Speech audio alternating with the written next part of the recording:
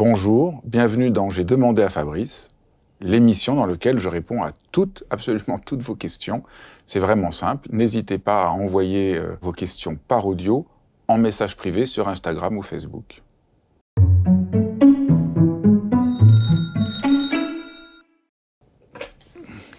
Bonjour Fabrice, je me permets de vous envoyer ce message par rapport à votre nouveau format de vidéo.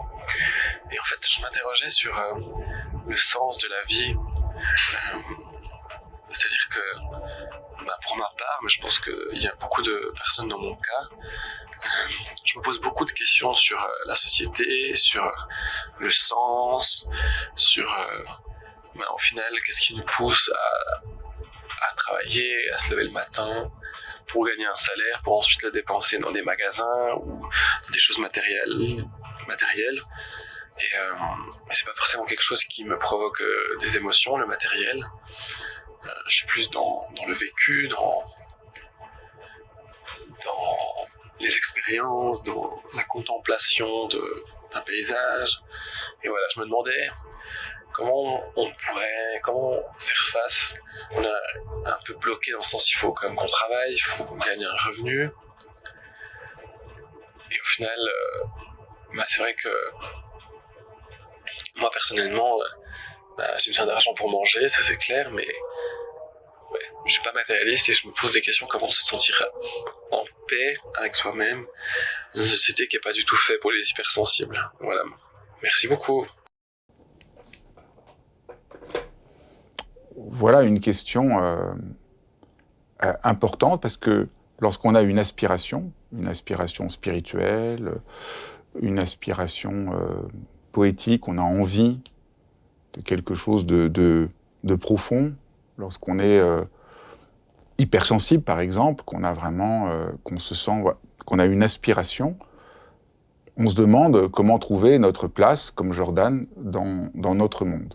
Mais l'erreur là, si je puis dire, c'est d'opposer d'un côté qu'il y aurait un monde matériel, identifié au travail, au fait de se lever, de devoir faire des choses, et de l'autre, le monde de la contemplation. Et ça, c'est une profonde illusion. Et toute personne qui s'engage pour une dimension spirituelle, pour une dimension poétique, pour une dimension contemplative, ont toujours, au contraire, mis l'accent sur des choses extrêmement concrètes et matérielles.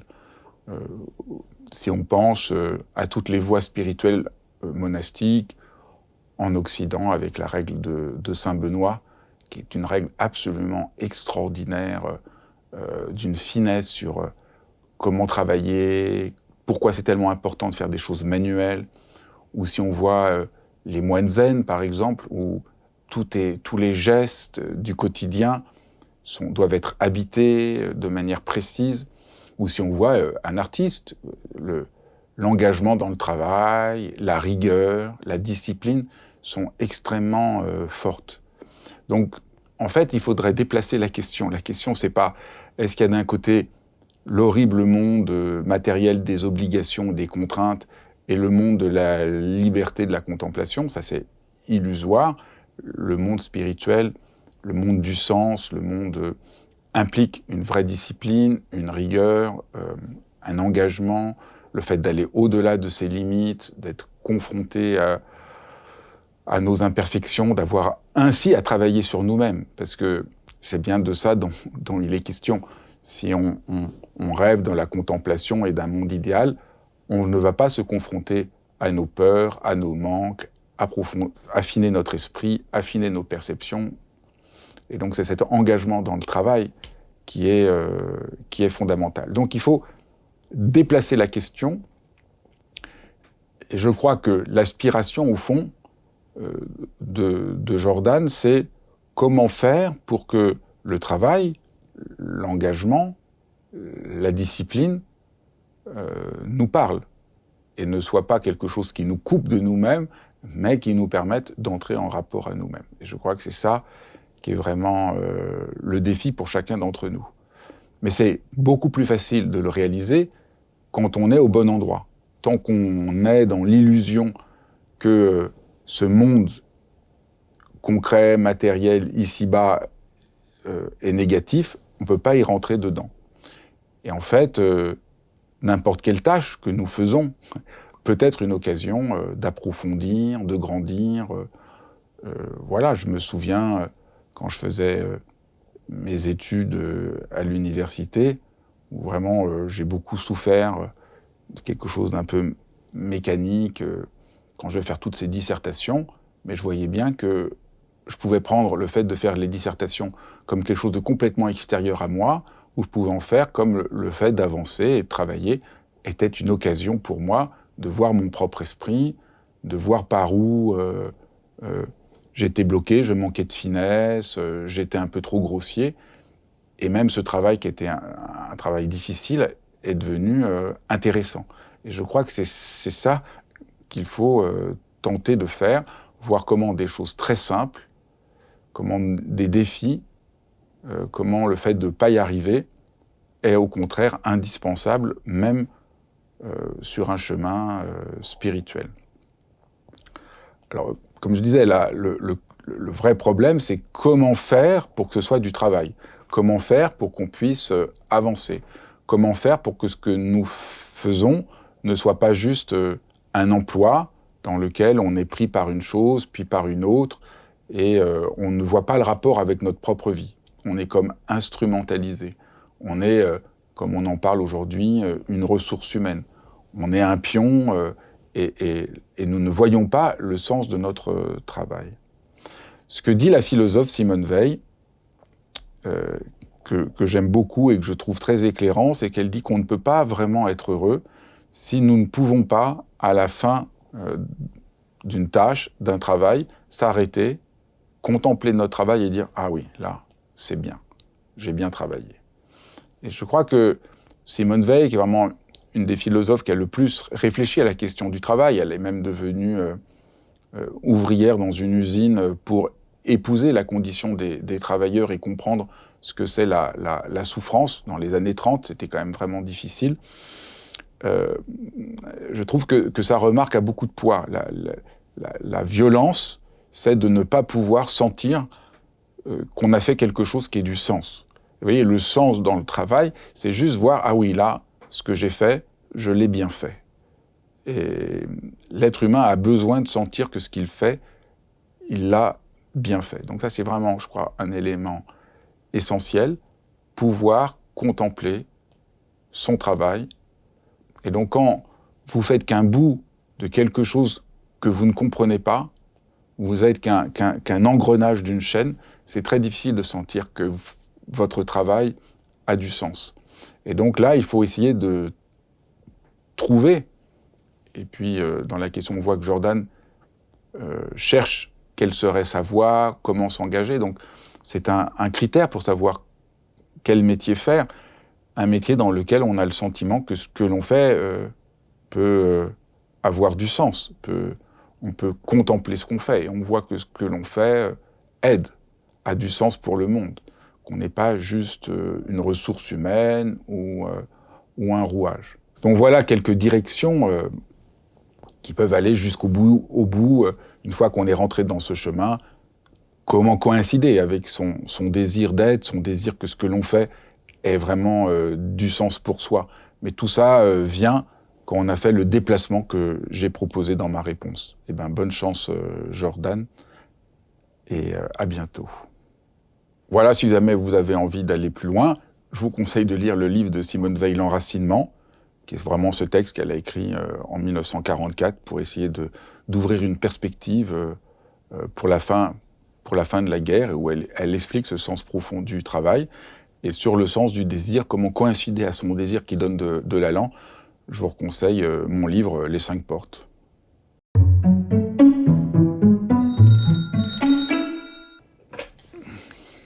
Bonjour Monsieur Mida, je me présente, je suis Thibaut, un étudiant actuellement à Paris, et déjà j'aimerais vous remercier pour tout ce que vous faites et tout ce que vous portez comme sujet tel que l'hypersensibilité ou autre. Et moi ma question serait, étant hypersensible, j'ai remarqué que j'avais beaucoup d'appréhension, de pression et d'anxiété qui se créaient vers les fins d'année, donc tout à fait cette période-là par exemple, où en fait tous les examens de fin d'année, le travail à rendre et tout me stressait énormément au point d'avoir peut-être créé une mini-phobie scolaire lors de ces périodes à base de nuits blanches, anxiété et beaucoup de remises en question. Voilà, donc est-ce que vous avez des éléments de réponse là-dessus ou autres pour mieux traverser ces périodes-là? Merci beaucoup et au plaisir d'avoir été écouté. Merci Thibaut pour ta question.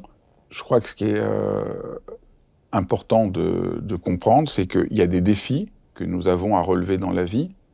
Voilà, des périodes d'examen, des moments où on doit rendre un dossier, on doit faire quelque chose, et ça crée du stress, ou de la pression, de la tension. Et je crois qu'il est important de reconnaître que ça fait partie de la vie à part entière. Que ce qui compte ici peut-être, c'est d'abord de se libérer de l'idée qu'on est en faute de se sentir stressé. Et tu dis très bien dans ta question, les nuits blanches, la pression, et c'est normal quand on a cette intensité de sentir que c'est vraiment dur. Et je crois que c'est soulageant de sentir qu'on n'est pas fou, qu'on n'est pas en faute, qu'on n'est pas déficient, qu'on est juste humain. Et un être humain, il y a des moments, c'est dur. Et je me bats depuis de nombreuses années contre tout ce discours qui prétend qu'on ne devrait pas être stressé, qu'on devrait être calme, qu'on devrait être zen, parce que ça ne correspond pas à la réalité et ça nous met mal à l'aise. Je me souviens, une fois, j'allais voir un homéopathe et elle me dit que j'étais stressé. Et ça m'avait beaucoup énervé parce que je disais oui, je suis stressé. Je passais juste après à la télévision et je me dis mais est-ce que c'est stressé de manière négative ou est-ce que c'est juste que là il se passe quelque chose qui est important.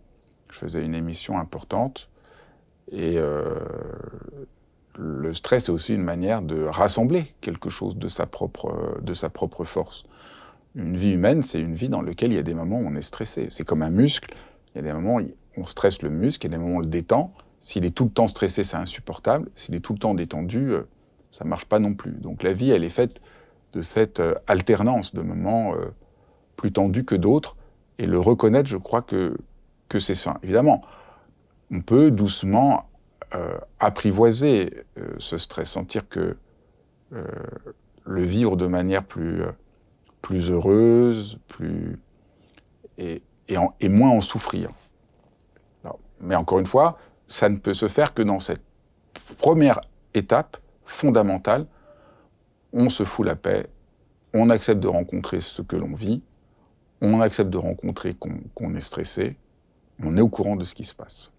Et le problème ici, c'est plutôt le déni ou la colère contre le fait d'être stressé, ou le déni du stress, qui sont les deux stratégies qu'on emploie habituellement, et qui ne font que renforcer le problème. Donc il faut commencer par rencontrer son stress.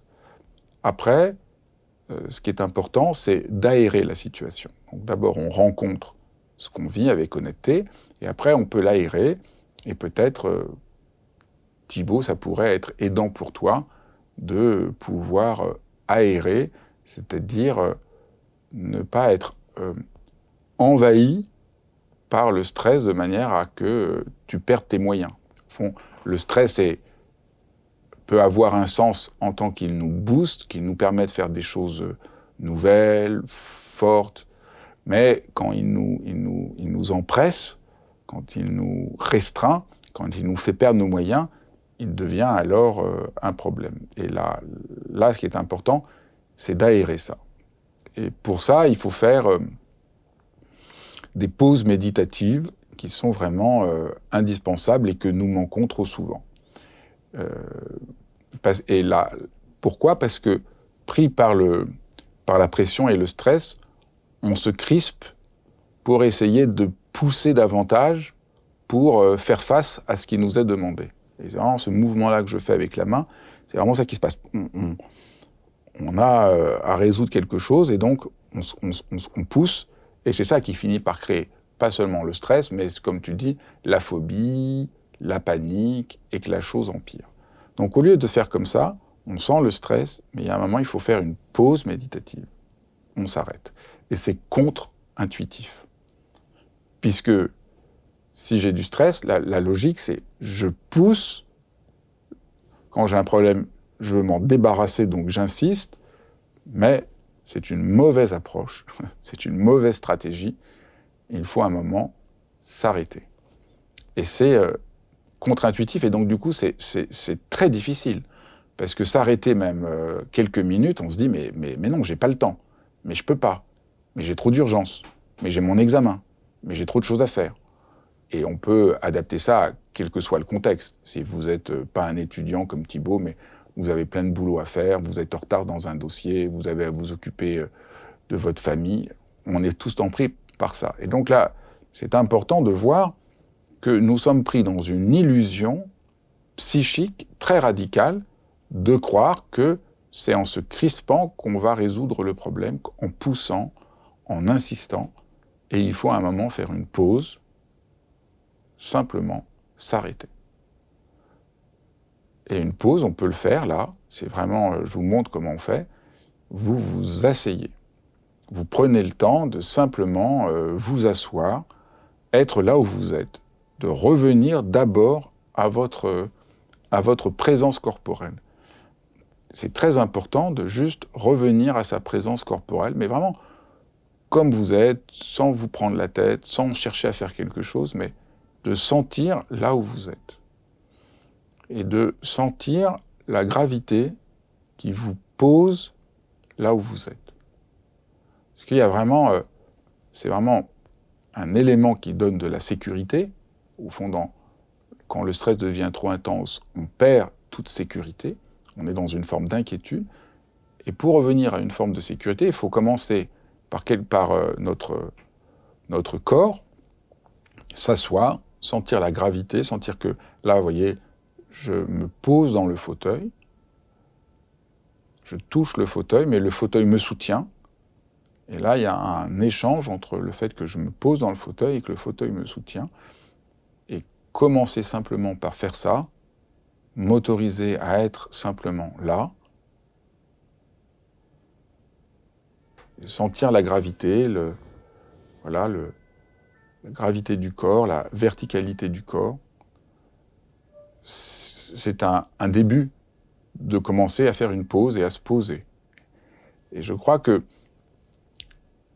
faire des petits exercices comme ça, qui prennent quelques minutes, c'est déjà une manière de ne pas se laisser embarquer par une sorte de vent, de tempête qui nous fait perdre pied. Il faut reprendre pied. Et c'est ça l'importance de la pause. Si vous voulez développer ce sens de pause, alors ça vaut la peine d'explorer la méditation comme je la présente, pas, comme je dis dans toutes mes vidéos, pas une méditation comme une nouvelle technique pour réussir quelque chose et se mettre la pression, avec toutes ces idées-là qu'il faudrait méditer pour se calmer, méditer pour faire le vide dans sa tête et tout ça, qui ne fait que renforcer le problème. Non, mais juste des exercices de méditation qui nous aident à nous poser, qui nous aident à trouver cette autre manière d'être présent au monde et d'aérer les difficultés qui nous enserrent et qui nous emprisonnent. Si vous voulez faire cette pause de manière même un peu plus développée, j'en ai enregistré une version que vous pouvez trouver sur ma chaîne YouTube Méditer avec Fabrice Midal.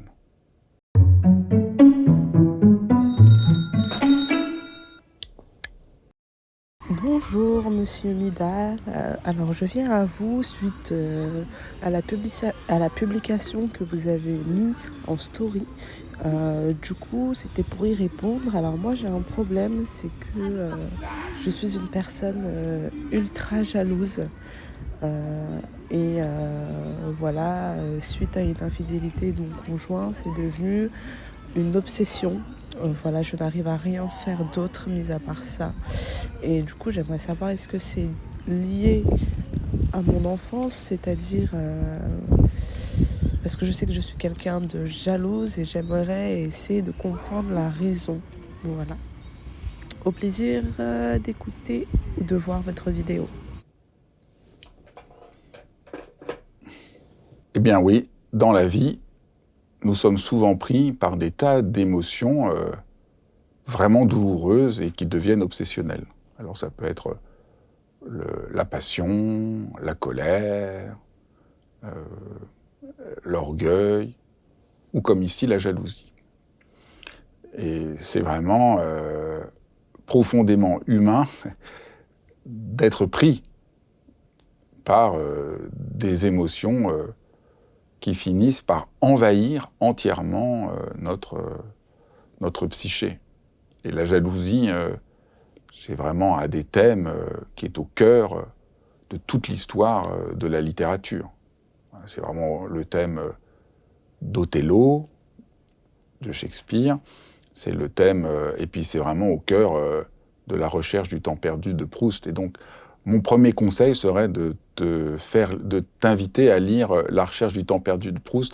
Mais j'ai peur que ce soit un peu un long travail pour avoir une réponse, mais c'est vraiment La recherche du temps perdu, c'est un des grands axes, c'est d'entrer dans les méandres de la jalousie et montrer que la jalousie, au fond, comme tous ces types d'émotions, veut quelque chose, et malheureusement, en voulant ce qu'elle veut, elle ne l'obtient pas, mais s'en sépare. La jalousie voudrait trouver la sécurité. Je suis jaloux que l'autre me trompe, ou je suis jaloux que quelqu'un a ce que je n'ai pas. Et ma jalousie vient du fait que je crois que par là, je vais trouver la confiance, la sécurité, le bien-être que je cherche. C'est ça le paradoxe. Et vous voyez, c'est quand même important de se rendre compte qu'il y a comme un élément presque délirant, au sens de quelque chose comme qui crée un brouillard. On perd un peu la tête parce que la jalousie fait que on a le sentiment, que c'est pas un délire, on a le sentiment, on a l'impression que si je vais au bout de ma jalousie, je vais trouver la sécurité. Donc, je suis jaloux que l'autre me trompe, ça devient obsessionnel, je voudrais éviter ça, je voudrais empêcher ça, je voudrais surveiller ça, mais malheureusement, ça ne nous aide pas du tout. Mais c'est pareil, avec la colère, quand on est en colère, on a l'impression que, à force de se mettre en colère, on va régler le problème de ce qu'on trouve injuste, qu'il faut réussir à détruire pour retrouver la paix. Mais on est pris là dans une quête qui ne nous donne pas ce que l'on veut chercher. C'est ça que je parle qu'il y a un délire, là il y a quelque chose on est pris par une douleur, mais l'entêtement qu'on a à poursuivre le chemin aveugle. Et c'est pour ça que dans beaucoup de peuples anciens, la jalousie est vécue quasiment comme une sorte de mauvaise divinité qui prend possession de vous. Et on sent un peu dans la question que tu sens que la jalousie, là, ça te submerge. C'est comme s'il y avait quelque chose d'autre en toi qui venait te submerger. Et comme moi, je suis philosophe, ça qui m'intéresse, c'est d'arriver à comprendre le phénomène, à regarder le phénomène. Pas tant essayer de savoir pourquoi je suis jaloux, mais plutôt qu'est-ce qui se passe dans la jalousie, quelle expérience d'aveuglement y est. Et on voit que, à la racine, il y a un manque de confiance et de sécurité envers soi-même. C'est-à-dire que l'illusion, c'est dans ce combat, je vais retrouver l'illusion que la sécurité que j'ai perdue. Je reprends, je perds la sécurité parce que quelque chose m'énerve, je me mets en colère pour retrouver cette joie ou cette confiance, cette sécurité que je sentais et que j'ai perdue parce que quelque chose m'énerve, parce que quelque chose me semble injuste. Et c'est pareil avec la jalousie. Je me sentais en confiance, quelque chose me fait perdre la jalousie et j'ai l'impression qu'en entrant dans la jalousie, en vérifiant la jalousie, en nourrissant la jalousie, je vais retrouver cette confiance. Et ça ne marche pas. Il faut revenir à la confiance originaire. Il faut repenser complètement autrement la confiance. il faut sentir que la confiance ne peut nous être accordée que par nous-mêmes, que personne d'autre que nous-mêmes ne pouvons, au fond du fond, nous donner confiance. Bien sûr, on a besoin de reconnaissance, bien sûr, on a besoin du rapport à l'autre, mais il y a quelque chose au fond que l'autre ne peut jamais faire complètement, réparer ce qui est blessé en nous. Il y a des choses que les autres peuvent faire, mais nous devons à nous-mêmes devenir notre propre gardien bienveillant. Et je crois que c'est ça qui me semble central. Et évidemment, c'est ça, pour moi, le sens de la pratique de la méditation. C'est vraiment comment, dans la pratique de la méditation, je deviens mon propre gardien. Je deviens celui qui me donne la sécurité et qui fait que les insécurités extérieures que je peux avoir, être trompé, être énervé, être abandonné, ne me créent pas une souffrance insurmontable. Bien sûr, c'est douloureux, mais ça ne devient pas insurmontable parce que je trouve en moi-même une véritable assise.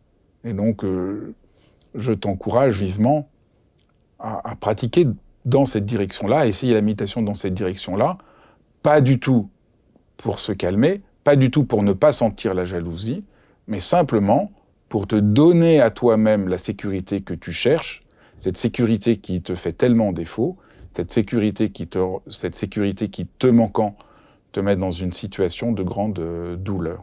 Si tu as envie d'entrer plus avant dans la méditation, je te conseille de regarder Réseau, l'école de méditation. Il y a plein de propositions chaque semaine pour t'initier à la pratique de la méditation. Et c'est entièrement gratuit. Tu pourras ainsi découvrir ce que propose l'école et comment rentrer dans la pratique de la méditation. Bon courage. Je suis sûr que tu peux réussir à ne pas te laisser enfermer dans cette jalousie qui, évidemment, te ronge.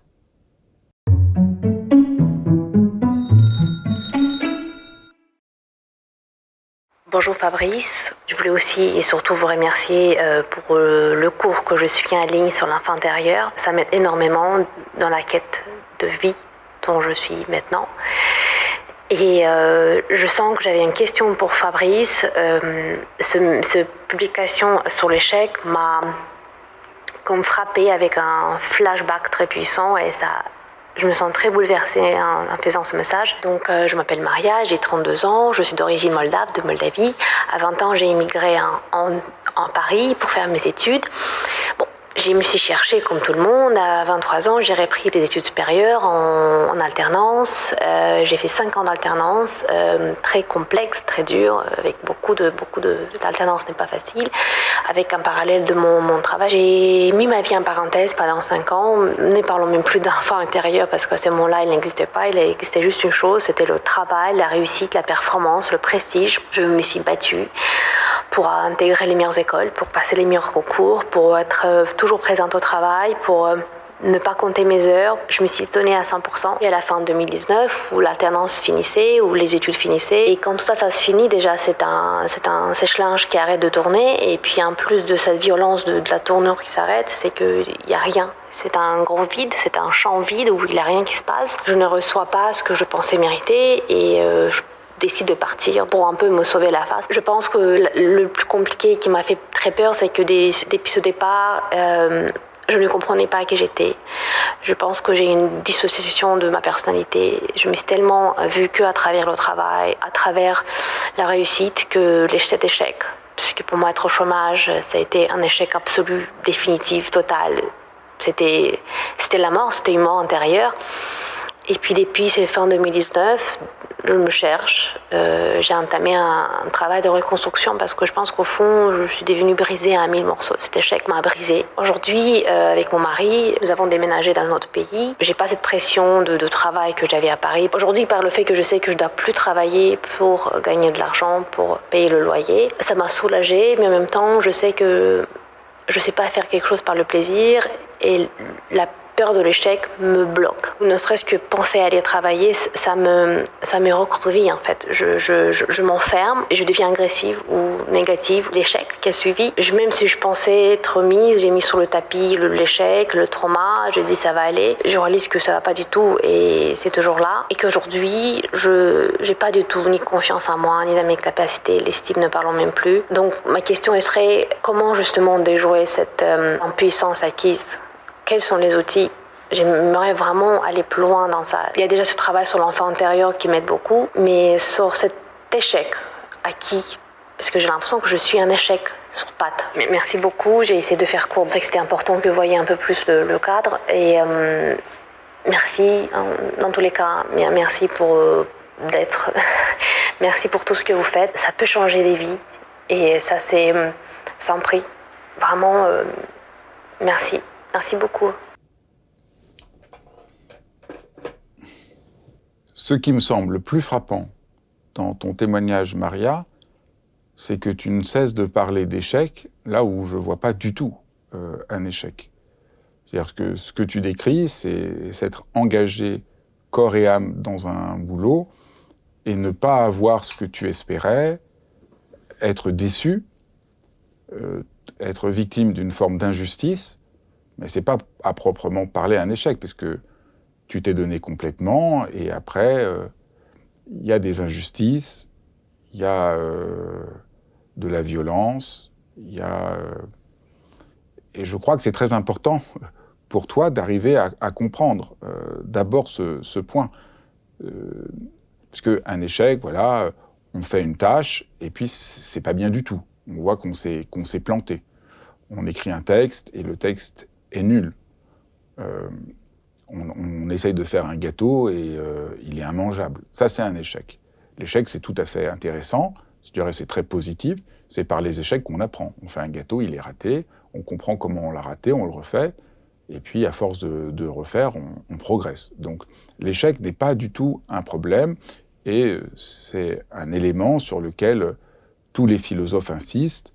Notre monde devient fou de penser que l'échec est un malheur, une catastrophe, alors que ça fait partie du mouvement de la vie.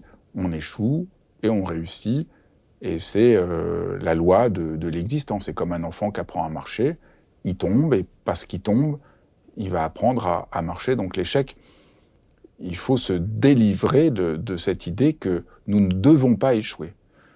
Cette idée est fausse, dangereuse, malheureuse. Cette idée que si j'échoue, j'ai raté quelque chose, pas du tout. Mais dans ton cas, en plus, tu n'as même pas échoué. Tu es juste victime du fait que tu n'as pas été reconnu comme tu penses que tu devrais l'être, et ça nous arrive tout le temps. Être un être humain, c'est malheureusement, sans arrêt, ne pas être apprécié, ne pas être aimé, ne pas être reconnu, et nous vivons un monde qui a, par bien des aspects, une forme de dureté. Et je crois que reconnaître ça, voilà, tu as été victime, comme chacun d'entre nous, d'une forme d'injustice, c'est libérateur. Parce que là, tu prends pour quelque chose de très personnel, quelque chose qui n'est pas personnel. Donc je crois que c'est ça qui peut aider à surmonter ce que tu décris très bien comme une forme de trauma. Cette forme d'humiliation, il y a quelque chose qui s'est brisé en toi, et je crois que ça pourrait aider. Maintenant, si on veut aller encore un peu plus profond, ce que tu décris très bien, c'est que tu t'es engagé dans le travail avec une intensité, obsédé par la performance, une instrumentalisation de toi-même, qui n'est pas très juste. Et peut-être que c'est ça, la vraie raison de ton malaise. C'est que tu sens au fond de toi, très bien, que tu n'as pas été aussi bienveillante à ton égard que tu le mérites. Et que peut-être c'est même pas tant l'injustice que tu as subie, que de te dire mais pourquoi je me suis infligé ça? Et aujourd'hui, et après ça s'est suivi donc du coup par un moment de vide, et maintenant tu ne sais pas trop comment faire pour trouver un autre équilibre. Tu ne sais plus, au fond tu es un peu perdu, tu sais t'instrumentaliser toi-même pour atteindre un résultat et ça te fait souffrir, ça te maltraite et ton corps finit par dire non, ou tu ne fais rien et soit c'était vraiment comme une sorte de mort, parce que pour reprendre tes mots, le chômage était comme une forme de mort, ou aujourd'hui le fait que tu n'aies pas besoin de travailler et que tu sens quand même une forme de vide intérieur qui te fait défaut. Et je crois que là, il faut apprendre une autre attitude.